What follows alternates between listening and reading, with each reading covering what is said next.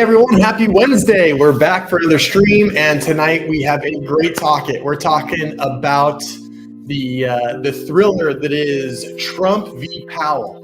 Boy, this has gotten really interesting really quickly, and it's been all over the news, and our boy Trump is continuing to shake things up.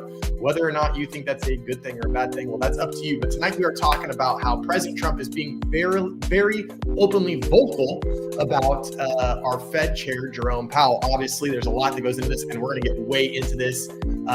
As you guys know, typically we avoid the politics on the stream, and we're going to try to do so again this evening. But when the president starts affecting housing policy, housing and housing prices, that's where it starts to get into my purview of expertise. And that's why we're talking about what we're talking about tonight. We're talking about how this feud between the president and the chair of the Fed could signal maybe some gray clouds for the housing market. And of course, wouldn't you know, in typical Trump fashion, I put this live stream together Monday and Tuesday morning, and then all of a sudden President Trump comes out yesterday afternoon and makes a few more comments that changes things, and we're going to talk about that a little bit as well. So we're going to get into it real shortly here. As always, if you're new around here, my name is Joe. Thanks for watching. Hope you are having a wonderful week so far. If you're new to the stream, please consider hitting that like button that's just down here. Hit the thumbs up. Hit that like button. It helps out the stream, doesn't cost anything, and it helps the stream reach some more people. Also, if you're new or if you're existing, I'd love to know where you're watching from. Obviously, it's YouTube, so it could be all over the world. So drop a comment and let me know where you're watching from and what market you're in, because I'm always curious to see where the viewers are coming from. So we have a video that we're going to start with today, which normally we just do an article. But we have a short video that's going to kind of give you sort of an overview of the whole Trump v. Powell thing. Then we're going to talk about an article from the HousingWire that talks about why President Trump is maybe being so critical of Jerome Powell and why he wants to potentially fire him, or spoiler alert, why he used to want to fire him. And then we're going to talk about the little bit of the 180 that Trump did overnight last night. About how, well, maybe he's not as critical of Jerome Powell as he was earlier this week and last week. And we're going to talk about how all of this has an effect on the housing market, interest rates, and how it could affect you as a potential buyer or seller. So we're going to get into it right now with a short video. As always, at any time, guys, the best part about live streaming is interacting with you guys, my live audience. So at any time, if you guys have any questions, comments, thoughts, anything, whether it's related to the video, the article, or something else real estate related, go ahead, pop it in the comments, and always really excited to hear from you guys. So we're going to get this up on the screen. All right. So this first video is from CBS Evening News Plus, and they're basically talking about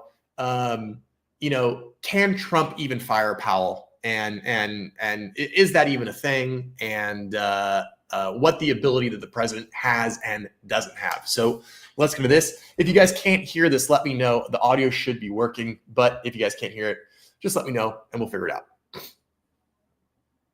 President Trump is once again taking aim at his own pick for America's most powerful economic post, Federal Reserve Chair Jerome Powell. Despite nominating him in 2017, Trump now wants him out. A century-old precedent blocks this, but a Supreme Court... So interesting. So Powell is Trump's nominee. So back in 2016, when the position for Fed chair opened up, Trump chose Powell. So just a fun little tidbit to keep in mind as we go through talking about this and reading about it. Case could change that. CBS's Jan Crawford is in Washington with more. We're going to get to the case in a minute, but why doesn't the president have the power to get rid of Powell at the moment? Well, I mean, John, because Congress has restricted it. I mean, it's basically said that the president can't remove members or heads of some of these so-called independent federal agencies, including the Federal Reserve. So Congress has said previously that, hey, we can't have the president just removing members and heads of these independent organizations. Now, remember, the Fed is independent. The Fed is apolitical.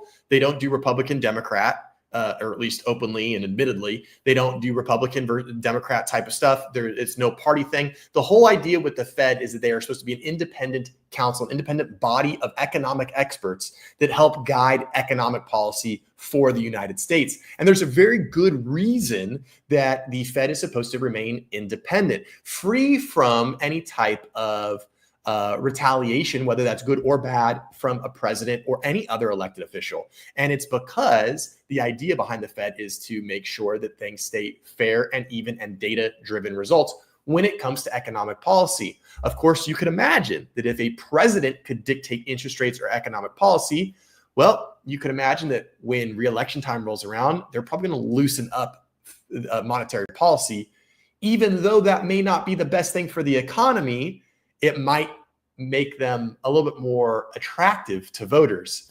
And obviously, there's a ton of other situations that go into it, but it's about trying to keep the Fed neutral, independent, and without any fear of repercussion from any elected official or person in office, whether that's current president or future president. Unless there is cause, like misconduct. And that is obviously not the case here. Tell me about. So basically, she's saying that there is no way that you can get rid of any, not just the Fed chair, but any president of these independent organizations unless there is cause. So unless there was evidence they committed fraud or lied about something, or use their powers in a deceitful or dangerous way or something like that, then the president could go to Congress and say, hey, we got to get this person out of here because they broke the rules, did something wrong, so on and so forth.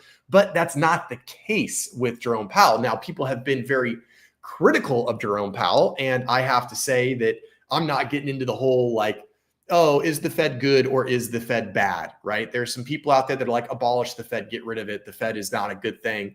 And there's people that are like, the Fed's really, really important. That's not what I'm talking about. You can obviously have your own thought on that. But at the end of the day, Jerome Powell and the Fed have a difficult job to manage economic policy, and they need to be free of any type of negative repercussions for what they do, because sometimes what the Fed does is not popular, i.e., raising interest rates. Sometimes political figures, business leaders, and the general public don't like that, but the Fed is doing it because it's for the greater good of the U.S. economy. So even though it's an unpopular decision, it still could be the correct decision. About the case in front of the Supreme Court that might change that.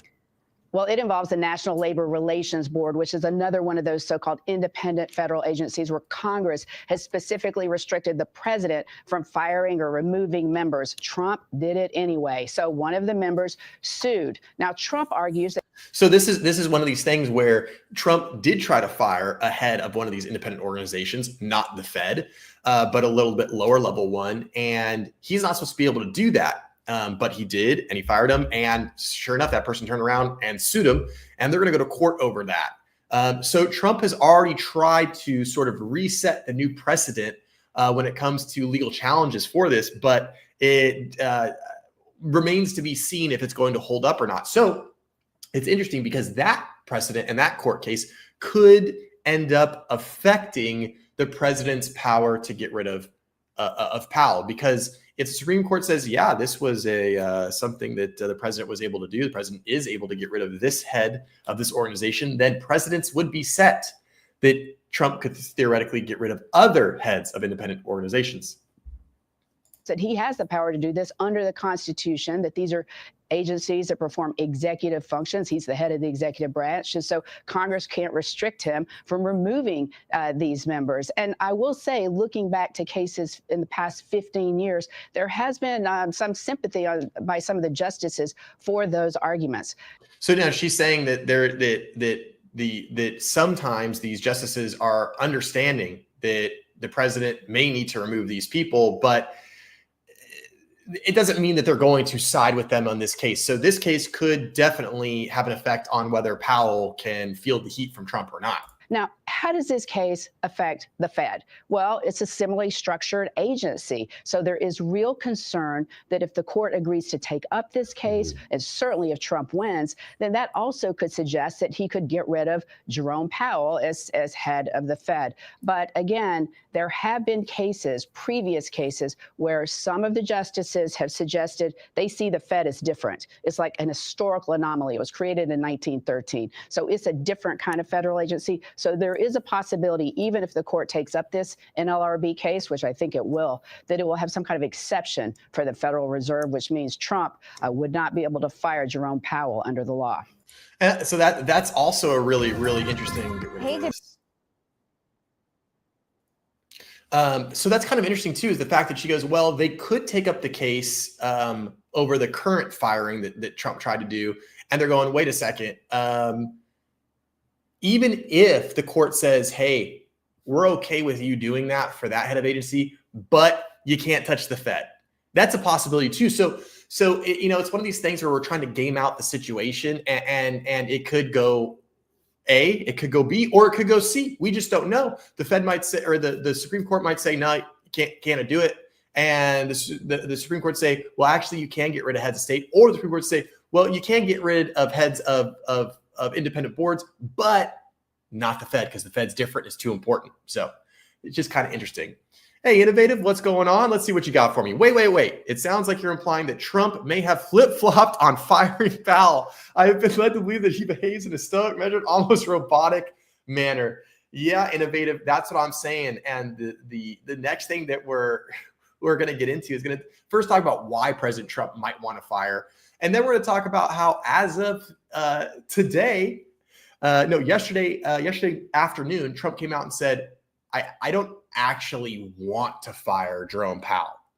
So you can see that the flip-flopping, the back and forth, the same thing with the tariffs, we're going to do these insane tariffs. Actually, wait, no, we're not. Actually, we're going to negotiate some. No, actually, we are going to hit China. Oh, wait, maybe we won't. It creates a lot of problems. And actually, there's a really, really good housing analyst, and he's the author of the next article we're going to talk about. His name is Logan Mohtashami, and I really like him.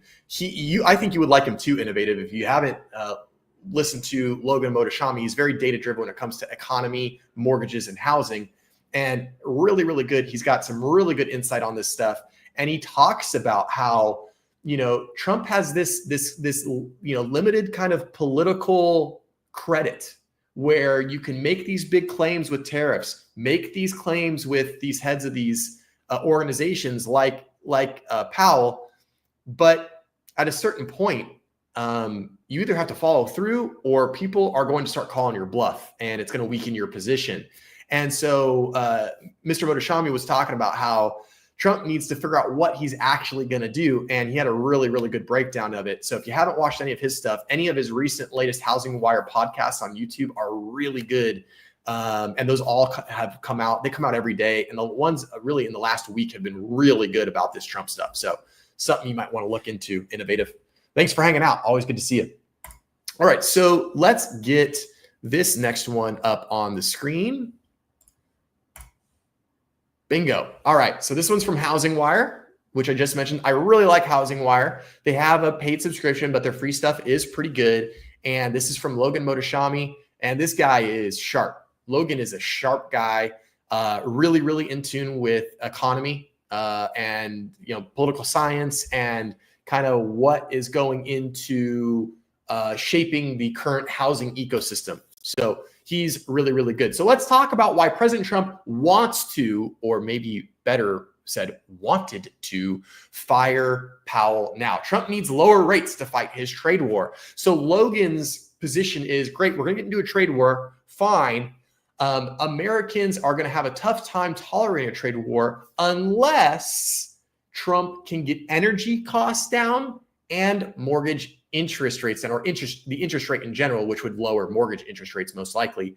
Because the thought here, the position that Mr. Mohtashami is taking is that the American people will weather a trade war if energy is cheap and mortgage rates are cheap.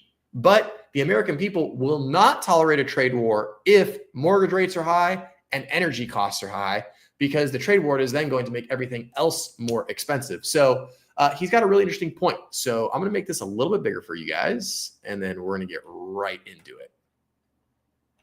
All right. President Trump has declared war on Federal Reserve Chairman Jerome Powell this week, and we are on the verge of a Supreme Court battle on this question. Can the President of the United States fire a Fed chairman because he doesn't agree with his policies? Remember, we talked about you could fire a Fed chairman for some type of, action, some type of behavioral action, fraud, or, some type of, if you did something wrong, got in trouble, you could fire him, but you can't just fire him because you disagree with him. You can't fire him because he's not lowering interest rates. Can't do that. As Ron Burgundy said in Anchorman, that escalated quickly, and it did. Trump has made it clear since he was inaugurated that he wants Powell to lower interest rates, which has not happened, which we know that he's been very, very critical of Jerome Powell. Heck, he was even critical of Jerome Powell in his first term, shortly after he appointed Jerome Powell to Fed chair. On Thursday, the president said Powell's termination cannot come fast enough. And on Friday, White House economic advisor Kevin Hassett said Trump and his team were studying whether Trump could fire the Fed chair. I talked about this turning point on the Friday episode of the HousingWire Daily podcast. I believe President Trump will use national security as his reason for firing Powell. Since he uses national security as his rationale for tariffs, if this is going to be a full-blown trade war, using that as a reason to fire Powell isn't out of the realm of possibility. In any case, let's look at the context of why Trump is pushing for this change right now. Trade wars are hard. Yep. When President Trump took office in 2016, he held off on initiating a trade war until 2018, strategically waiting until his corporate tax cuts were in place. At that time, both Trump and his economic team fully understood that entering a global trade conflict could wreak havoc on markets and businesses. Trump's first term trade war pales in comparison to what we're facing today. Back then, business investment stalled completely, but Trump negotiated deals revitalizing economic data by the end of 2019. The first 2 months of 2020 were good before the onset of COVID-19. Now we must recognize the situation is drastically different. Here's why. The economic data showed a slowdown in the labor market before the trade war. Job growth was declining, and unemployment had already increased from the lows of the cycle. Now, keep in mind, he's talking about Trump's first term. So you can see higher mortgage rates put the home builders at risk of laying people off as their confidence sinks. And here are some graphs showing, confidence, present sales, next 6 months, so on and so forth. And as you can see, they trend downward over the years of 2022 and 2023, 24, and into 25. As you can see below, losing residential construction workers is very important to my recession model, and forward-looking confidence data is fading. So this is all employees, residential building construction. And here we are. You can see it's, tipping up a little bit, which, it's certainly not a good sign, but it is what it is. And that's residential builders, construction in the residential field. That's a really, really good metric to look at when you're talking about potentially trying to anticipate if there's going to be a recession or economic hardship, because one of the first things that will go is people who build houses, residential construction. The Fed policy has been moderately restrictive, and Chairman Powell sounded hawkish in his tone this week, triggering Trump's wrath. And the Fed kind of made some comments and said, these tariffs are probably going to increase prices and they could increase inflation. And Trump wasn't a huge fan of that sort of realistic but negative speak. Navigating the trade war backdrop has become increasingly challenging. The White House economic team has noted that while surveys indicate softer economic conditions, hard data such as labor statistics and retail sales remain strong. However, given the trend in the survey data, it may not be long before the hard data starts to weaken as well. This could increase pressure on the administration to demonstrate tangible results from the trade war. The president believes that if interest rates were lower, he could manage the situation more effectively, which is true. If he had lower interest rates to work with, Trump could sort of soften the blow that is the harsh reality of a pretty aggressive, very aggressive trade war. Lower rates and energy prices help consumers. President Trump has talked about lowering mortgage rates and energy prices. These changes might occur naturally if economic data weakens. With the trade war escalating, he would prefer to see lower mortgage rates now as the situation intensifies. With lower gas prices and mortgage rates, the president and his economic team could talk about how the economy is better for working families, even if Wall Street has a fit and stock sell off. And this is something that is important, right? Because if the current administration could say, well, gas prices are lower, and the economy is and mortgage rates are better, and that's better for the working class middle American family. So what if the millionaires and billionaires don't like the stock market? We made it better for the American family. And what that's doing is they are starting to market the next election. What they want is Republicans and the GOP and Trump want this to happen so that in 3 years, they can turn around and say, look how great we did for the middle class American family. Gas is cheaper, homes are more affordable. And you know what? We don't even care that Wall Street got lit up. Not a big deal to us. And they're hoping that that type of thing will lead to the re-election of the next GOP candidate, which remains to be seen.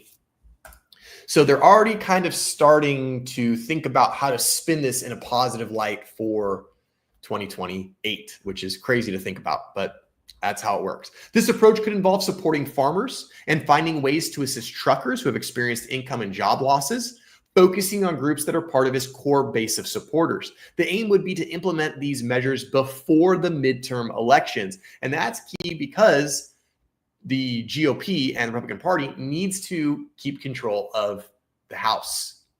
And right now they have that. But if this doesn't go well and people vote differently in the midterms, it's going to make the second half of Trump's term very, very difficult. Should the economy worsen and heavily impact red states, the political landscape could shift and lead to Democratic majority in Congress. Not good for Trump. That could result in a reassessment of tariff powers, complicating governance for the last 2 years of Trump's term. In contrast, China operates without the constraints of electoral cycles, adding another layer to these trade discussions. And that's important, right? Trump's kind of on a timeline. Trump needs this trade war to go well, and he kind of needs it to go well quickly. And that's because we have midterm elections coming up. China, our adversary in this trade war, there's no midterm elections. China will chill. China will wait. China will wait us out because Xi Jinping knows it's a dictatorship. I don't have to worry about elections. I don't have to worry about a Congress or a Senate messing with my stuff. I'll just wait. And Trump can't do that. If Trump waits too long, he's going to get a Democratic Congress, and it's going to be a problem for him. If you're wondering why President Trump launched an aggressive attack this week, it's clear the trade war has escalated significantly and time is running out before the midterm election kicks in. But the bigger question remains, can Trump actually fire Powell? The White House Economic Council indicated today that they are exploring this possibility. Regardless of the outcome, time is of the essence. Midterm elections are looming, and Trump needs to lower rates and energy prices to combat this ongoing crisis effectively. So that's kind of the take from the HousingWire, and I kind of like that sort of hypothetical scenario of why is this happening? What's the goal? What are they looking to do? And obviously, its effect on housing and the home buying process. So it's weird because, as we heard, Trump is the firing of Powell can't come quick enough. The termination, or whatever he said, the termination of Powell can't come quick enough. And wouldn't you know that here we are, as of yesterday at 6:50 p.m. Eastern, President Trump says he has no intention to fire Federal Reserve Jerome Powell. This is the exact type of action from the president that makes markets do this. This is the type of stuff from the president that makes people have no confidence in the markets, in home building, in consumer spending, in the economy, because people don't know what's going on, and that's just the way that Trump is. We know this is no surprise. Trump is this type of guy to on a Monday be, oh my God, I'm going to fire you. This is terrible. You're the worst. You're the cause for all of our problems. You're useless. And then Tuesday he turns around and goes, oh no, I think everything with that person is fine. And they made some mistakes, but that's okay.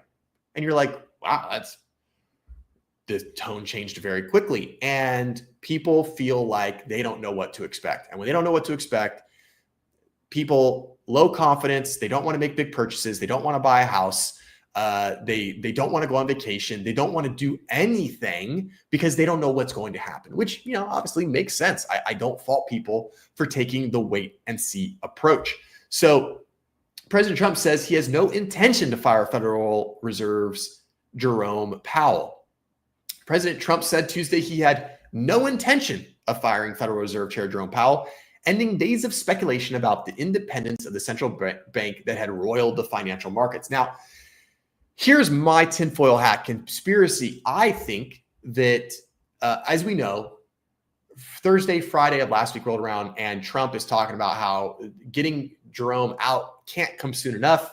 Trump and the Fed are always late. They need to lower rates right now. They've already missed the boat. All of these things. And then on Friday, they come out and say, you know what, we're going to look into how we can get rid of Powell. And then 4 days go by, Saturday, Sunday, Monday, and Tuesday. And now all of a sudden on Tuesday, Trump's like, you know what, I got no intention of firing him. Look right here. I have no intention of firing him, Trump said. The Oval Office, though he maintained, this is a perfect time to lower interest rates. Well, I think what happened is that he and his team did some research and realized they would have a ginormously huge uphill legal battle with the Supreme Court and the Federal Reserve and probably some other high up figures if they tried to fire Jerome Powell. Not only that, but we know that some CEOs, it was the CEO of Home Depot, something else. I can't remember what they were. It was the CEO of Home Depot and two other really, really, really huge corporations that basically wrote a letter to Trump, and they were like, we are going to have empty shelves if these tariffs go through. We are going to have price increases. It is going to be a problem. And I think between that cautionary tale and maybe the realization that getting rid of Powell is going to be a lot harder than he anticipated, I think that maybe have encouraged him to have a little bit of an about face on the whole Fire Powell thing.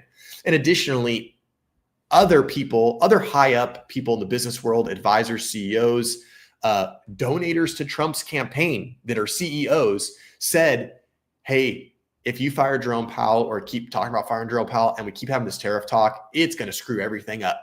It is going to make things a mess, and we're going to start feeling it. And I think that was also kind of a brake check for President Trump. I don't know for certain. I'm just hypothesizing here, but I think that President Trump on this topic, this subject, was feeling a little bit of the pressure from advisors, mega donors to his campaign, his business friends and partners, and really important people that just said, hey, Donald, you might just want to just pump the brakes a little bit on this because we're going to start to have some issues if you go through with this stuff.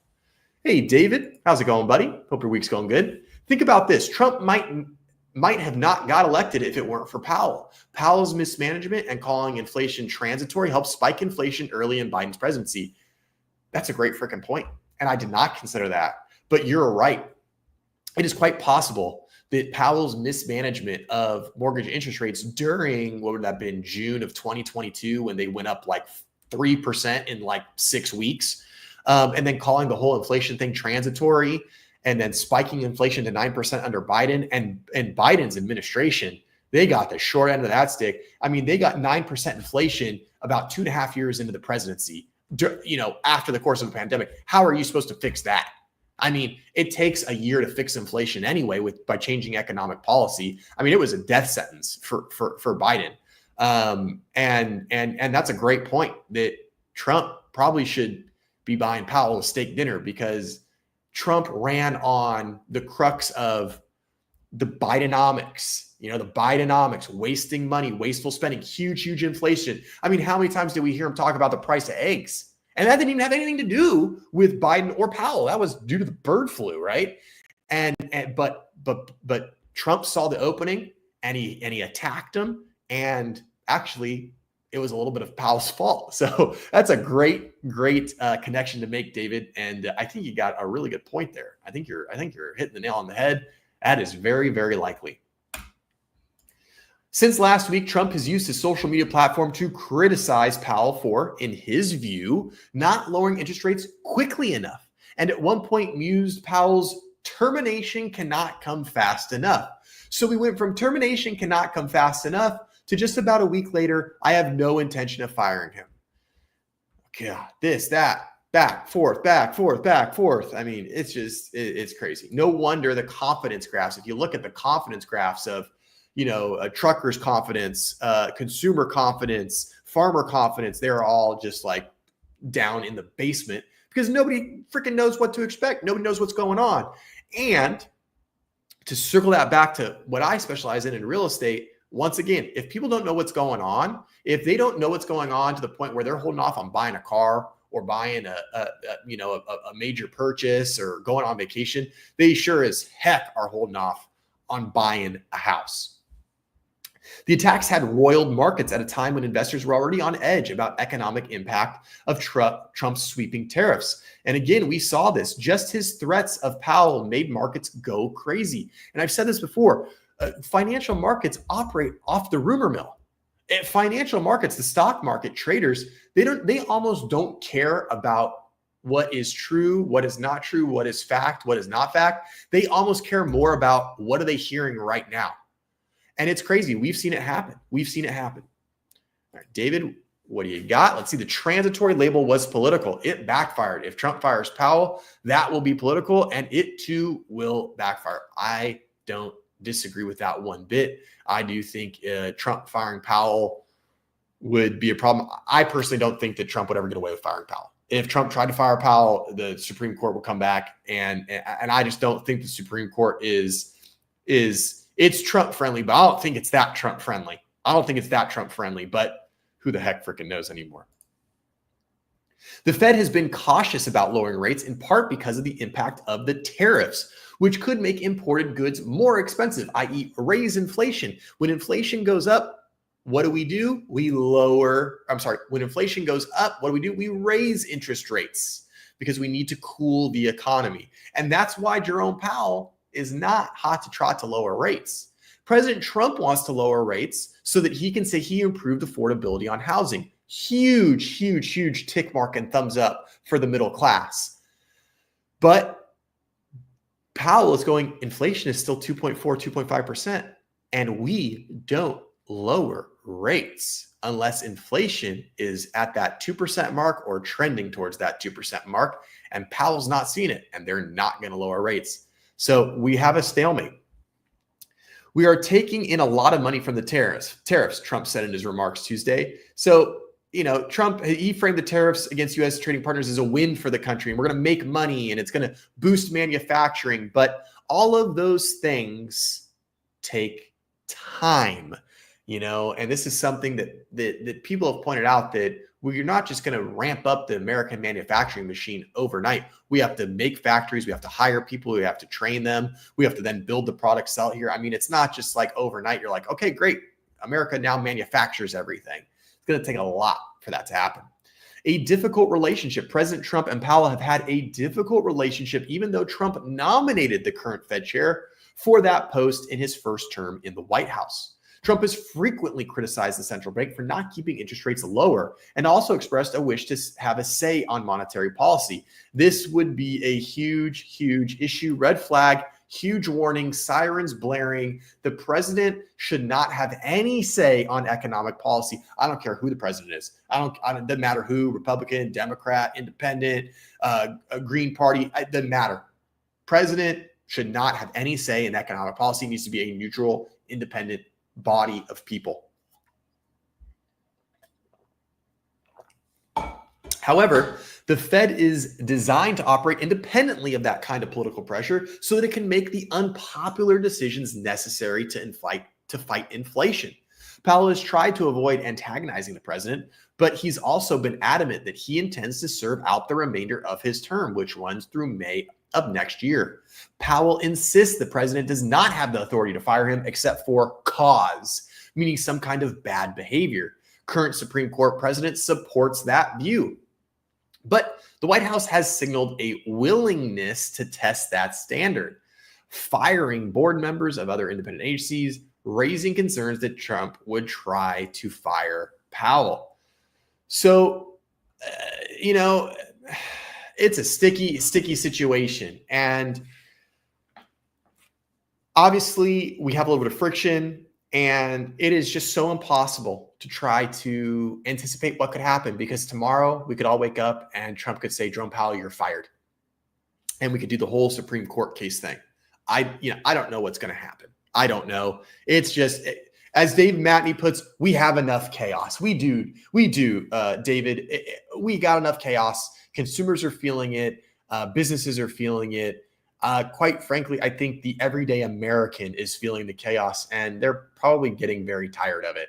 And that is why I think that a lot of this will be solved before the midterm election, because I think if the chaos of all of this is still sitting with the American voter come midterm elections, I think Democrats are going to basically wipe the floor with Republicans on the midterms. And I think that the Republicans are going to lose control of the Senate, which would not be good for them. So I think Trump is going to get his act together. Who am I kidding? Maybe he won't. I don't know. But I do think that there's some motivation for Trump and the GOP to get their act together and get this stuff figured out before midterm elections ramp up. Let's say companies do come back. The next administration removes the tariffs. Companies that come back now are at a disadvantage. You're exactly right. And people don't realize that Congress can repeal these tariffs. It doesn't even take the president. And that's why the midterms are so important, because if the Republicans lose the midterms and some Democrats go into Congress, they could absolutely put the kibosh on these tariffs. They could really make things difficult for the president. And that's why I think we are going to see a lot of change in the next 4 to 6 months, because they're already going to start campaigning for those midterms in that time frame, probably in about 6 months, because in 6 months, those midterms are going to be about a year away. And that's when it starts. So we'll see what happens. That's a great point, David. If the new administration removes these tariffs, it's going to shoot these companies in the foot that did, do some type of manufacturing push or large investment into American-made products. So, all right, I've got one more article on this, and this one is from Axios, and I really like it because it gives sort of a bullet point, just sort of bullet point stuff on what's going on with tariffs, what's going on with the Fed and Powell and all of this stuff. We're going to go through this one really quick, and then after this one, the second part of the stream, we had a viewer, it was MH08, I believe, last week. That said, that I talked about going over an inspection report for a property that I purchased, and we're gonna learn how to. I'm gonna show you how to read an inspection report. I'm gonna show you what's important, what's not important. So stay tuned, because that's coming up in the stream right after this article. 90% of the time, gridlock is good. Neither party can get nothing done. Yeah, that's true. We don't get any major changes. The good news is we don't get any major changes. The bad news is we don't get any major changes with the gridlock. So double-edged sword. All right. So this is from Axios. President Trump got a scare from CEOs and markets on Monday. On Tuesday, he blunted some of his sharpest threats, signaling a softer stance on China and retreating from the fiery rhetoric targeting the Fed. Why it matters. The president is resolute in his goal of reshaping the economy, but he's sensitive to the movement of the markets and the pleas of powerful corporate leaders and investors who fear the worst from his sweeping efforts.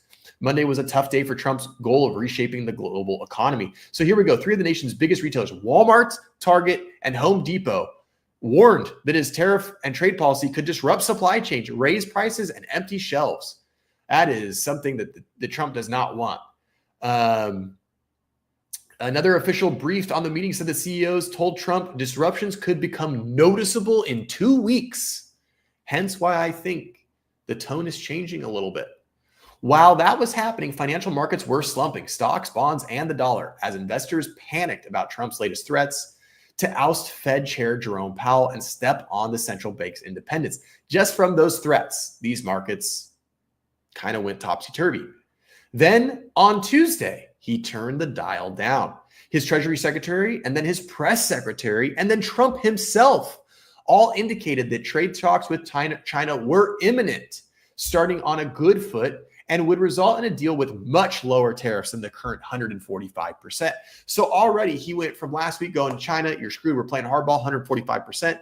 And now multiple people in his cabinet, including the president himself, are saying, well, actually, no, we're going to talk it out. And we're going to lower it, and things are going to be much better. Don't worry. It's not going to be as crazy as we said it was.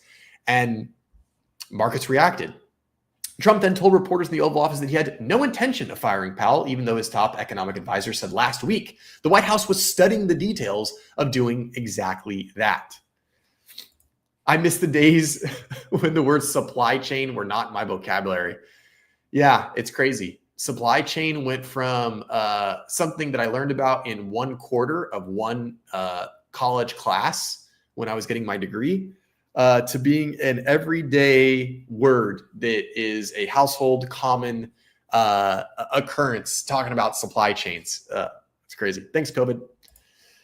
The intrigue, White House officials bristle at the notion of softness from Trump. One senior official said the president was just showing he's ready to make a deal and that he's optimistic that we can move forward. This is what Donald Trump does. He leads with leverage, the official said. He gets people to the table. China has expressed interest in negotiation, and the president has made clear if they play ball, he'll play ball too, which I honestly think this was the intention the entire time. The intention was to make these big brash movements, threaten everybody with all this stuff, and then get them to negotiate, get them to talk, and then say, okay, you know what? Actually, we're not going to do any of that because we were able to negotiate something. So, but like I said, that whole bluff and negotiate only goes so far, and eventually you wear out your welcome with that. Between the lines, Trump's shift in tone comes at the same time as a shift in Trump's orbit. Treasury Secretary Scott Bessent has been exerting more influence in recent weeks, reportedly getting in Trump's ear to the point of rushing the Oval Office when other advisors aren't around to get him to ease off for the sake of the market. So basically, Scott Bessent, Treasury Secretary, the guy in charge of the money of the United States, is saying, dude, relax. You got to calm down, bring it in, because every time you open your mouth, the markets go freaking crazy. And it's really creating some problems for a lot of companies, corporations, and just the economic market in whole. The big picture, for the first time since he entered the political life, polls show most voters disapprove of Trump's handling of the economy. And that was his golden goose. That was his ticket, right? Trump was like, I'm Mr. Businessman, and we're going to make the economy great, and we're going to do all this stuff. And the people are, for the first time ever since he got into politics, are not happy with the way that he is operating the economy. Recession isn't inevitable, but it looks a lot more likely now than it did even a couple of months ago. Around the world, the sell America trade is taking hold as investors start to realize decades of orthodoxy about U.S. assets as safe havens may no longer be the case. And this is the real big one, because forever, every other person in the world, including international governments and international people, knew that, boy, if you had the American dollar, golden. If you had American real estate, golden. If you had American T-bills, treasury bills from the United States government, golden. I mean, literally worth their weight in gold. And now they're going, yikes, things are getting crazy over there, and the dollar is going down. Trump is doing all sorts of trade war, tariff talk. And what it's doing is it is causing a lot of these international financial communities to say, you know what? I'm selling my American stuff. I'm selling those bonds. I'm selling those T-bills. I'm selling my dollars. I'm going to put in something else. I'm putting the gold, put in the euro, do invest in something else, because they just don't know what's going on. And that is part of the reason we're getting these fairly drastic effects from what's going on with the economic policy. All right, guys. So, we're going to switch gears a little bit, and it'll be interesting to see what happens with Powell v. Trump. Personally, my thought is that I don't think Powell's going anywhere. I think overall he's done a pretty good job. He did the whole transitory thing, which was a problem during COVID, but since then he's done a good job of keeping the United States out of a recession, and he's doing what he needs to with rates. All right, David, I hope so. All of this tariff talk and trade war is a giant waste of political capital, and it is all self-inflicted. Yep, I don't disagree with you on that one. All right, guys, so for the next probably about 20 or 30 minutes of the stream, we're going to go over some real estate stuff. We're going to be talking about what you need to pay attention to on a home inspection. So I have a home inspection report. And this is from the first home that I bought back in 2019. So what you are seeing is a home I actually bought. My wife and I purchased this home. It was our first house, and we bought it. And I'm going to show you the important things that you need to focus on a home inspection report, and the things you don't need to focus on an inspection report when it comes to buying a home. This is also important if you're a seller, because if you're a seller, you want to know what's important on that inspection report and what's not important, because you're going to want to know, are the buyers just running up the bill on me? Are they just saying that these are problems and then they're getting me to make repairs or give them money for things that I don't really need to do? So whether you're a buyer or a seller, it's extremely important to have some context as to how to read a home inspection report and identifying the key things on what's important versus what isn't important. So let's get this going. Let me do this. Bingo. All right. So you guys are going to see this here on the screen and make it a little bit bigger for you. Okay. So first and foremost, this is an inspection report. Now, this comes from one inspection company called the Elite Group. Your inspection company could be very different. These inspection reports are not standardized, so they're always going to look a little bit different, but usually they have a pretty generic flow to them. So the Elite Group is a pretty major inspection company. So there's the first house I ever bought, 302 Taylor Drive here in Claremont, and my wife and I bought this house together back in August of 2019, so right before the pandemic, and I am so glad we did. So usually the inspector's information will be on the cover. So here's the inspector. His name is Robbie, his contact, and then just some basic details of the home, the day, the time, the size of the home, the weather, the age of the home, just the basic stuff. All right. And so these inspection reports start off with what we call summary pages. This is the summary of the report. So this entire report is something ridiculous. I think it's like 46 pages, and this is kind of a short one because this was a smaller home. But this company puts the summary items. So anything they found that was noteworthy that you might want to be aware of as a home buyer, they're going to put on this page.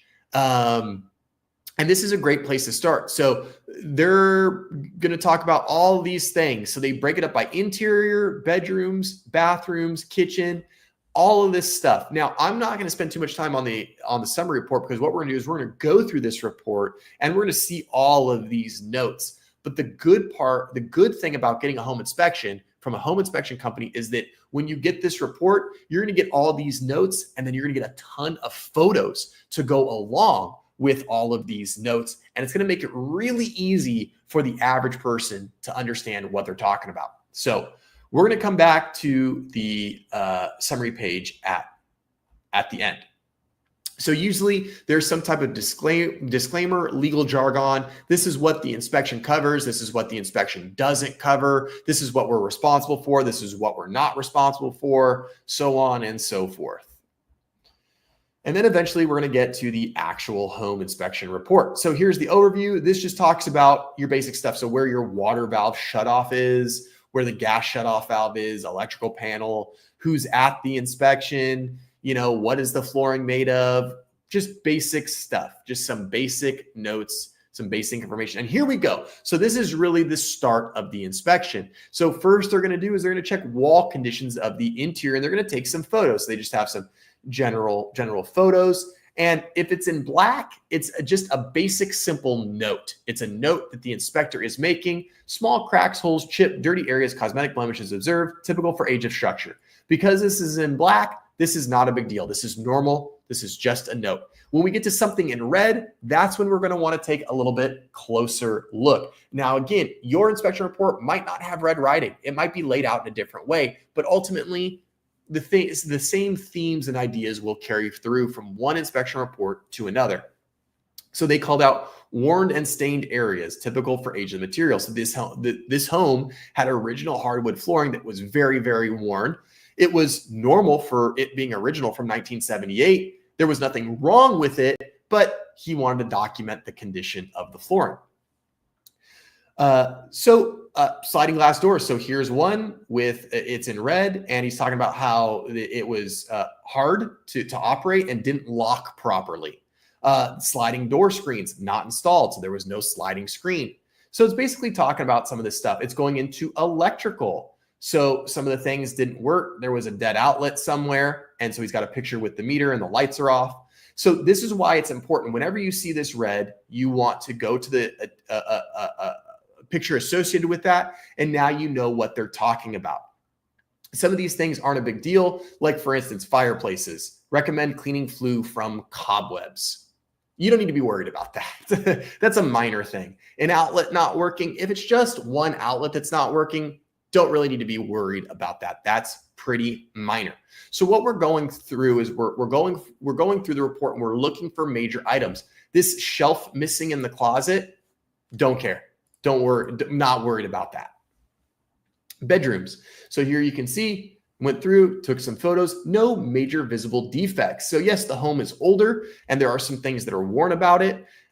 Mismatched doors, colored doors, not an issue for a home inspector. Nothing here that we need to be concerned about. Again, they're just noting the worn materials, which is typical for the age. And window conditions. Visible, accessible windows have worn frames, hardware sills or tracks, typical for age. This is something you're going to want to look into. And the picture for this one is kind of up here with these. But this is just saying that the windows look older. They probably need to be lubricated. Again, not an issue. Now, if there were multiple windows that were cracked or damaged, that's the type of thing you might say, hey, Mr. Seller, Mrs. Seller, you got multiple windows that are broke. Are we going to address that? But in this case, they were just noting the condition. Bathrooms. Okay. So here's the area where you're going to want to pay a little bit more attention. And now you're probably getting an understanding of this house. This house was a big fixer-upper when we bought it. So there's a lot of things on this report that you probably wouldn't normally see on a regular report, because when I bought this home, both bathrooms were in an almost non-functional condition. I mean, you can see here in one of the bathrooms, there was patched drywall. The shower was actually under construction. I don't know if they're going to show different photos of it, but we'll go through and we'll look at it. So when we got to the bathrooms, there's a lot to look at. So large cracks or holes present, larger than typical, stains at base, microbial growth or irregular staining present. This is a big one. Whenever you see microbial growth, that means that the inspector thinks there could be mold. And that's evidenced in this picture right here. Now, my wife and I knew that we were going to rip out this bathroom, so we weren't too concerned about it. So it wasn't a big deal to us. However, if this came up on the home that you're looking at buying and you're not planning on doing work, this is a big one. You probably should get this tested for mold. This is not something that you wanted to say like, oh, we'll just like paint over it, like not a big deal. No, you need to address that. Absolutely need to address that. So anytime you have something with stains, water damage, or moisture, that's a big thing. And you're going to want to do your diligence, do your research and your inspections to make sure that you don't have any water-related issues, intrusions, any current leaks, or any mold from any current leaks. So this is definitely something that if I had a client who was interested in a property and I saw these types of things, we would be doing some more investigating for sure. Here, worn and stained areas, typical for age of material. Consult termite report for wood floors. Damage needs to be serviced. This is the type of thing where the floor was, you could tell the floor was compromised and there was a leak from the shower. And it turned out that this whole subfloor had to be rebuilt because it was rotted. That was something that the termite report showed up. So what we did is we took the results from the inspection report, compared those with the results from the termite report, and then we were able to make a pretty good determination that this bathroom was going to need to be fully gutted, which is what we ended up doing. Doors missing hardware, don't care about that. Worn fixture sink, we don't care about that. Mirrors, none. We don't care about mirrors. Not a big deal. Bathtubs, no bathtub present. Probably not a big deal for most people. This shower is under construction. As you can see, there's no valves here. I don't know if I can make this a little bit bigger for you guys. You can see that. You can see like there's no valves present. There's no shower head. This is unfinished drywall. It was a project house for sure. And here you can see irregular installation workmanship needs to be serviced. Whenever you see irregular installation or workmanship, that means that something was done and it probably wasn't done well. You need to look into that a little bit further. Again, they're just taking pictures of everything, looking for any active leaks, no problems there. There was no GFCIs. This is a big one. So GFCIs, although not expensive, they are really, really important. And this is an item that I usually have really good luck with getting some money back from my buyers if the inspector notes that there are no GFCIs present or if the GFCI doesn't work. And the reason is because GFCI, which stands for ground fault circuit interrupter, is a very special outlet. You guys are familiar with these. You have them in kitchens and bathrooms, wherever there's water around. A GFCI is that little outlet that has the test and the reset button. And the reason behind the GFCI is that whenever you have an outlet close to water, remember, electricity and water don't mix. And if any water were to splash into that GFCI outlet or receptacle, it would immediately pop a breaker in that outlet and it would cut off electricity and it would keep people from getting shocked. This is a very important item to have. And you have to have them within 6 feet of all potentially wet locations, which is why they're most often in bathrooms and kitchens. And whenever I see an inspection report that talks about the lack of GFCI, it makes it very easy for me to go back to the listing agent and say, hey, this is an immediate health and safety hazard. This is something that could cause harm, physical harm to the buyer or their family. We have to get this replaced. And most of the time, we either get some money back or the seller is willing to do that. Kitchen, worn and stained areas, typical for age. We don't care about any of that. Loose or worn fixture needs minor maintenance. That means probably the sink was a little bit loose, something needs to be tightened. Again, we're not worried about that. What we're looking for are immediate health and safety concerns. Your GFCI outlets not operating, exposed electrical, active leaks, major structural problems. That is what we want to focus on. The home inspector has a big job to what we call CYA, cover your tushy, shall we say. And so the inspector is going to note every little single thing possible because the inspector doesn't want to get blamed for having a buyer come back and say, well, you didn't tell me about that. I didn't know about that. And now I'm not happy. And now you have to pay. So the inspector is going to cover everything. We're not concerned about everything. We're only concerned about the major stuff. As you can see, nothing crazy here. All this is good. No red writing, no issues. And they take the furnace cover off. They operate the furnace. They're checking to see that the pilot light's lit. All this was good. So here we have one. Condensation drain leaks under house, needs to be serviced. So the condensation line for the air conditioning, which is the line where when anything gets real cold and it's warmer outside, you get condensation. You get water on the outside of your ice water glass. Same thing happens with air conditioning. That needs to vent outside the house. This was venting underneath the foundation. Not the biggest problem in the world, and this fix is really easy. Usually a little piece of PVC pipe, kick this out. Not a big deal at all. Here you can see that they're measuring the temperature of the air. You can see that it is nice and cool when the air conditioning is on. Water heater, there's some corrosion present. That's pretty normal for water heaters. Not a big deal there. What you want to look for in a water heater is the age. And usually there's a date of manufacture or a month and year of manufacture. You want to look at that. If it's more than about 8 to 10 years old, be prepared to replace it. Somebody used a PVC overflow line. That's if the water heater, wherever malfunction, have a pressure overflow, a valve would release and let the pressure out. That is not supposed to be made out of PVC, needs to be metal. Needs to be metal. Again, not a huge deal. Electrical, you can see it's all good there. No issues. No issues with the gas meter. All this is normal. Attic area. Oh, yep. There's the attic of my old house. There it is. Tons of insulation. This is where we'd be looking for signs of any type of roof leaks. You would see them because they would be yellow stains or dark discoloration stains. And there was no evidence of that.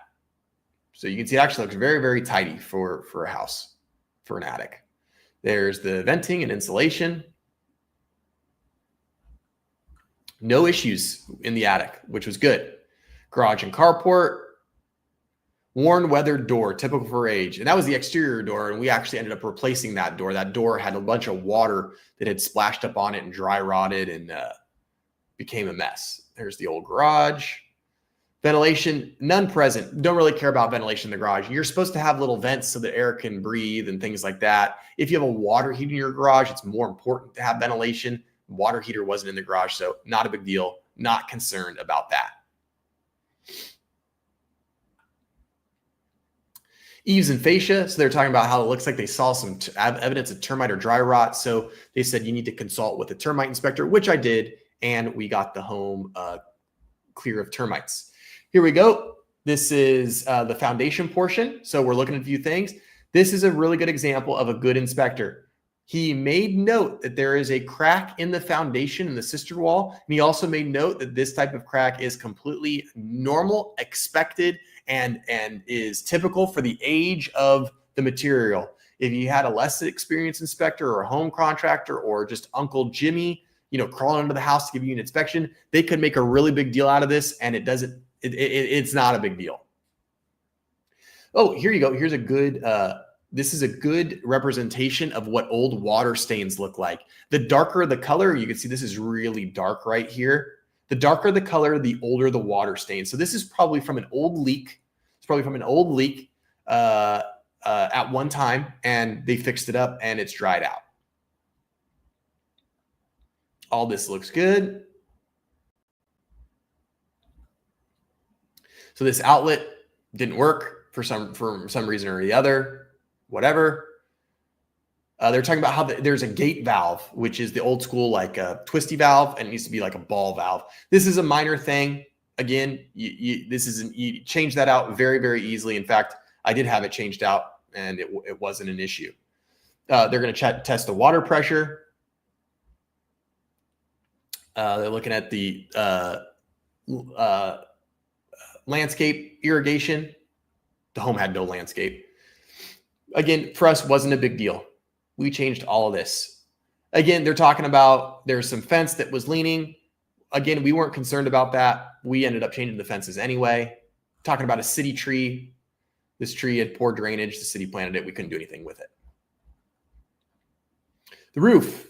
So this is a common one. You want to make sure that there's no vegetation on the roof, not because it damages the roof, because if there's vegetation touching the roof, that is a super highway for rodents. And what we don't want is we don't want rodents in the attic. Then we have a really big problem. It's also for insurance purposes. A lot of insurance companies are going to want to see that the vegetation is at least about 2 to 3 feet away from the house. That's a fire thing. So this one, they're noting that there's some vegetation on the roof and needs to be trimmed back, which we did. This is another good one. There's no spark arrestor. A spark arrestor does two things. Number one, it keeps embers from flying up out of the flue and potentially starting a fire elsewhere if you have a wood burning fire. But most importantly, it keeps water from falling in during a rainstorm, and it also prevents animals from falling into your chimney or flue from a rainstorm as well. Again, that's a minor thing, easy. Go to Home Depot, $50, $100, get that added. That's simple, it's easy. And so this is what we wanted to trim off the roof. We ended up taking all that out, all of that out. No pool or spa. And then just some general photos from around the grounds of the house. And you can see why this is a good inspection report. Lots of photos, lots of detail, which is really good. So now we go back up, and now that we've got some context, we're going to go through the summary page. And I'm going to go through the things that I would tell you not to worry about, And I'm going to tell you things that maybe we could get some money for. Sliding glass door, worn door, it doesn't lock, and there's no screen. That's going to be a tough one to get anything. I mean, you could say, well, the door doesn't lock, and that's a safety concern, so you got to put a lock on the door. That's a minor thing. I would not buy a house over that. Fireplace, recommend cleaning flue from cobwebs. Okay, don't care. I'm not going to not buy a house because of cobwebs. Electrical, some bulbs defective, missing, or not working. Check bulbs, consult electrician, non-energized outlet. So we had a couple dead outlets. We had a couple light bulbs that were out. Again, I'm not going to not buy a house over that. If this electrical had said something about the panel being recalled or the panel being, 70 years old, then maybe we would be talking about that a little bit. Closets, a shelf missing. I don't care about shelving. Don't care. Window conditions. They're worn and they have worn frames, hardware sills, typical for age. It's going to be hard for me to go to a seller and say, hey, give us some money for new windows. They're worn out. Well, that's okay. I mean, the age is the age. When you made the offer, you knew how old the windows were. When you saw the house, when you walked through it, you knew how old the windows were. Not a surprise. It's going to be tough to get money for that. Wall conditions. Some of this stuff, this is from the bathroom. If this was not marketed as a fixer. Again, I knew this was a fixer property. I knew I was buying it as is. I knew I was going to invest money into it. If this was not a fixer and you got anything related to microbial growth or irregular staining, or you got any type of moisture damage, all of this stuff is buzzwords. This whole section right here for bathrooms, this is all we're negotiating, we're getting money back, the seller's making repairs, we're doing more inspections. This would be a big one. This is probably the biggest thing in this report right now. Again, for me, it wasn't a problem because I knew that we were going to remodel the house. Same with floor, worn and stained areas, damage needs to be serviced, consult termite report. All of this stuff would be stuff where it's like, okay, we're going to talk about this. Unless in my situation, like I said, it was very obvious the very first time I went through the house. Missing hardware, no mirrors, don't care about that. Don't care about hardware. No bathtub. That's not it's not required to have a bathtub. Shower walls, irregular installation or workmanship. Again, if you saw this on your home inspection report on a home that wasn't a fixer, that's a big one. GFCI also, again, that's a big one. If your home is not a fixer or is newer, there absolutely should be GFCIs. Floor conditions, worn or stained areas present. Again, you just got to kind of look. Stains or wear and tear, not usually a big deal. Loose worn fixtures, not a big deal. Condensation, drain line, leak under house, that's an easy fix. We can fix that real easy. Plumbing, corrosion present. Whenever you see corrosion in plumbing, that's something that you should look at a little bit further. Maybe the seller doesn't need to fix it, but you need to look into it.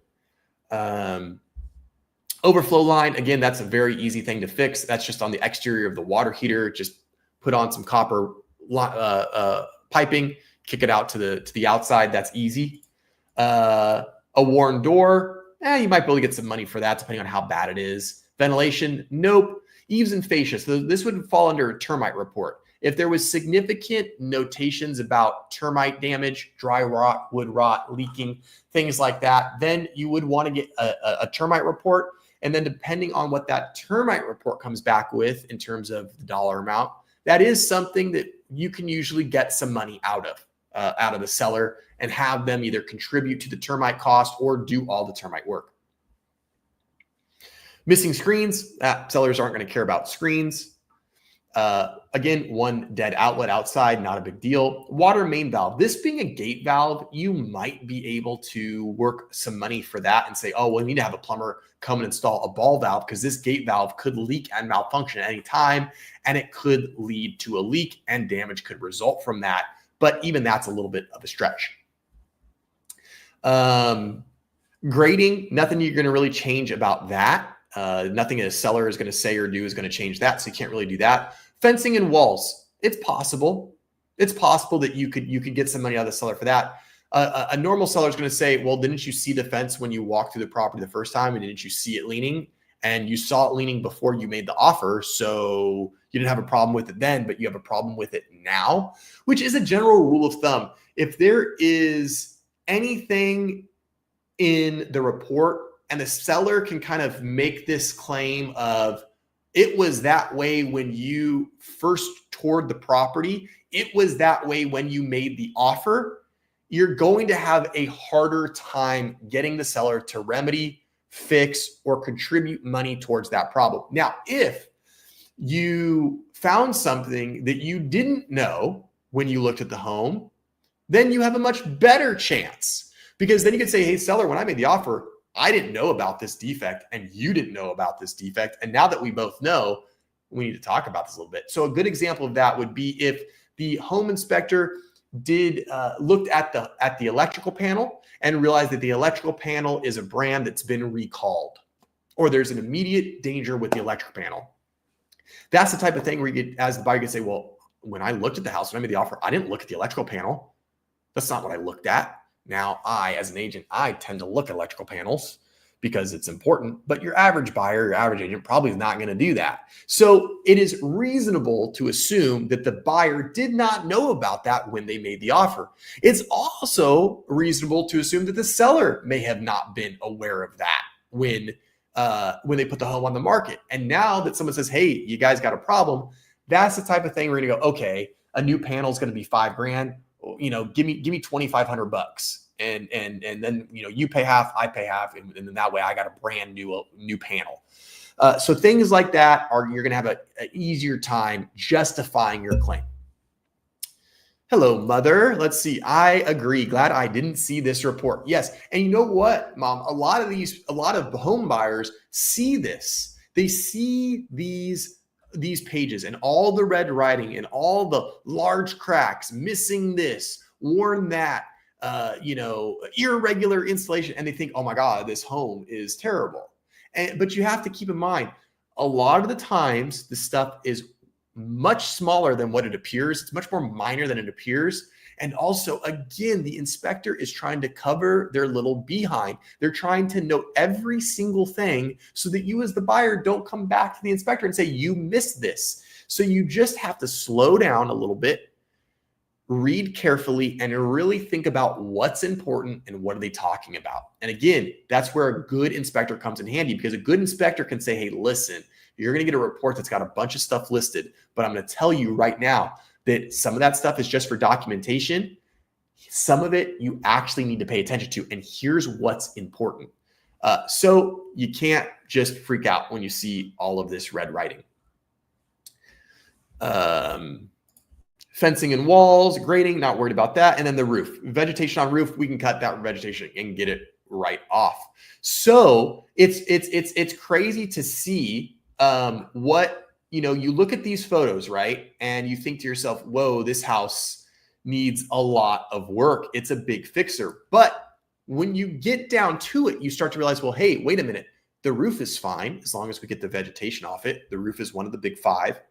The HVAC was fine, other than a little bit of that condensation line was leaking into the crawl space. That's not a big deal. So roof's good. AC and heat is good. Windows were old, but they worked, so that wasn't a problem. Doors, we had a sliding glass door that didn't lock, but we could fix that. Not a big deal. Foundation had no issues. There's your big five. No major defects to the big five with this home. And when you consider also, take all that into consideration, and there was no major defects to the big five. We had copper plumbing. We have modern central AC and heat that was working well. We have a composition shingle roof that was not showing signs of wear and tear. We have a foundation that's great. We had a 1/4 acre lot. We were close to a very, very nice neighborhood, the nicest neighborhood in Claremont. So you take all of these things into account and you realize this home is worth buying. And funny enough, what I'm going to do is I'm going to show you guys what we turned this home into. I'm going to do a little show and tell. And this is really a huge testament to my wife, because she is the one that designed this house. So I am going to do this really quick. All right, guys. So you saw how that home started, and this is how we finished the home. Let's see if I can make this a little bigger. No, I can't. I can't make this any bigger. Sorry, guys. And this is how we finished the home. So we landscaped, we put in grass, we put in some plants and all this stuff. We started watering the tree, and the sycamore came back. Here it is at night. And this was our home. So this is what we did to it. We refinished the floors, we scraped the ceilings, we put in crown molding. This was the same home. And this only took 3 months to do all this stuff. And this is what we were able to turn it into. So we took a home that was a huge fixer that nobody wanted, people objected, and we turned it into this. Hey, Red, hope you're doing well. Thanks for tuning in. From experience, be careful with plumbing. Red, please share for the people out there in the audience, what do we need to be careful for? When you say be careful with plumbing, what are you referring to? Are you referring to like galvanized versus copper? Are you referring to dealing with leaks in the foundation? What would your advice be to people when they need to be cautious about plumbing? I would be interested to hear what your take is. So we took this home that was really, really in need of some love, and we turned it into all of this. So this is proof. This is why you shouldn't let a home inspection scare you off, because with some effort and some work and some money, you can really turn things around. And we ended up with this amazing, beautiful house that was an amazing first house, and really is the reason that we're able to be in the house that we're in today, which is insane. And I thought we would never own a house like this. So, and again, huge kudos to my wife, because she did just a phenomenal job designing this home. This is almost entirely all her selections. And this was our little house. This was our house. And we were able to really make it something cool. So, this is the bathroom that wasn't finished. This is the bathroom that had the microbial growth. This is the bathroom that had the unfinished shower. This is the one that looks so gross and ugly. And this shower smelled like rats when we moved in, and we completely redid all of it, and it looked gorgeous. So don't react so negatively to these crazy inspection reports. It's important to take a moment, slow down, and read things very diligently. And you really need to pay attention to the major stuff: heating and air conditioning, roof, windows, foundation. All of that stuff is important. Don't worry about scratches in the floor. Don't worry about a loose doorknob. Don't worry about any of those things. Those are all very minor. Oh my God, the smell of that shower when we bought it made my eyes burn. Yeah, I went in there for about 2 weeks and just sprayed bleach all over the place to get rid of that crazy, crazy rat smell. It was horrible. All right, guys. Well, I really, really hope that you enjoyed the stream.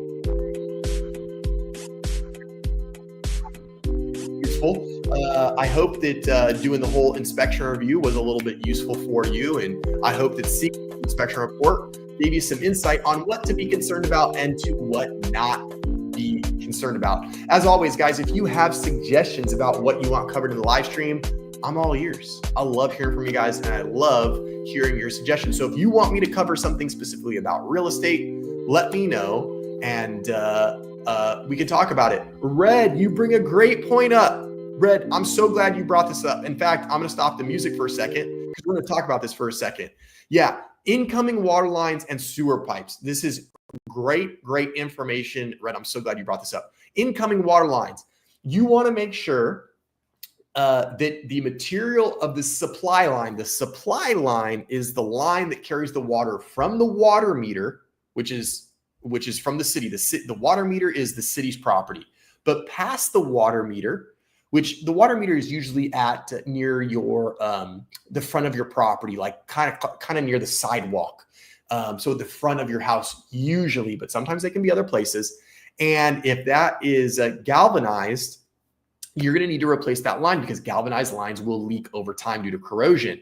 And this one is buried in the ground. It's buried usually in your front yard, and you got to dig it up and you got to replace it. It can cost anywhere from $2,000 to $4,000 to replace that line on average. So that's something you're going to want to know before you buy the house, because you might have to dump $4,000 into the ground to a pipe that you're going to have to bury. So that is one important thing to consider and think about. You really want to make sure that is copper, because if it's copper, that means somebody at some point changed it out, and it's much more durable. Secondly, when it comes to sewer lines, sewer lines is a big one. I always recommend a sewer scope inspection. And that's when a home inspector will take a camera, they'll shove it down one of the sewer lines. They might shove it down a toilet. They might shove it down a clean out. They might shove it down a vent pipe. And what that does is that they're going to shove a camera down there and they're going to get to the main sewer line. The main sewer line is the line that takes all of your drain lines from the house. It collects into one line and it goes out to the street, usually to the front, sometimes the side, sometimes the alley. It depends. But that main sewer line is a line about this big. Usually it's made of cast iron. The newer homes built from 1980 on usually have like an ABS, black ABS pipe. And you want to make sure that you get that inspected, because if it's made out of cast iron or worse yet, clay pipe, that pipe can be very damaged. It can be tore up. There can be roots that get in and they can clog up your sewer line. And that's how you get sewer backed up into your house. And let me tell you, a sewer main line is an expensive problem because it's usually buried very deep. It's usually hard to access and it's very labor intensive to switch out. So those can become very, very inspective. And those are things that you want to get inspected. A sewer scope inspection usually runs between $250 and $350 to shove the camera down the line. It is well worth the money. Red says, we bought our house with these problems. They were covered up. Yeah, and that's a problem. That's why you want to get that sewer scope inspection, because a picture is worth 1,000 words. Thanks, Red. I appreciate you chiming that in. That was a great addition to the stream, especially for the topic. Appreciate that. Thank you, Red. Thanks for hanging out. I hope you enjoyed the stream. And if you're new here, please like and subscribe. It helps us out. Okay, guys, I think we covered it. Thanks to Red for his addition on that, or her addition on that. Very much appreciated. As always, guys, thank you so much for giving me some of your valuable time. I enjoy hanging out with you guys every week. I hope you enjoyed the stream. And we will be back next Wednesday, same time, same place at 6:30. If you ask me what I'm going to stream about, I don't know yet. And things have been changing so dang quickly that I almost don't even want to plan it till the day before, because things could change. So I'm going to think up another great topic. If you all have any suggestions, please let me know. I would be happy to consider it for a future live stream. And also, if you're in the market for a real estate agent, if you are looking for a good real estate agent, go to workwithjoerealtor.com. You can hit any of these buttons and you can connect with me. If you're looking for a real estate agent outside of the LA area, I have a huge network of agents. In fact, I'm about to just refer some clients to an agent in Texas, and I can find you a great agent, an agent that we call is a 20% agent, an agent that is better than the majority of agents, because the majority of agents, 80% of real estate agents, don't know what they're doing. I know it's scary. It's really, really scary. But if you need an agent and you don't want to just go to Google and hope you end up with the right person, if you want someone to actually do some research and find the best fit for you, I'm happy to do that for you. And better yet, if you are in the LA area and you want to work directly with me, go to my website, tell me what you're looking for, and I'll connect with you within one business day, and we'll start looking for your next home. All right, guys, have a good rest of your week. Thanks so much for your time. And as always, do something nice. Things are crazy out there. It's chaotic. As David Matney, my buddy in Oklahoma, said, there's a lot of chaos out there. Be nice to people, hold the door open, do something kind, slow down a little bit, just try to relax. All right, guys, have a good week. I'll see you next time. Bye.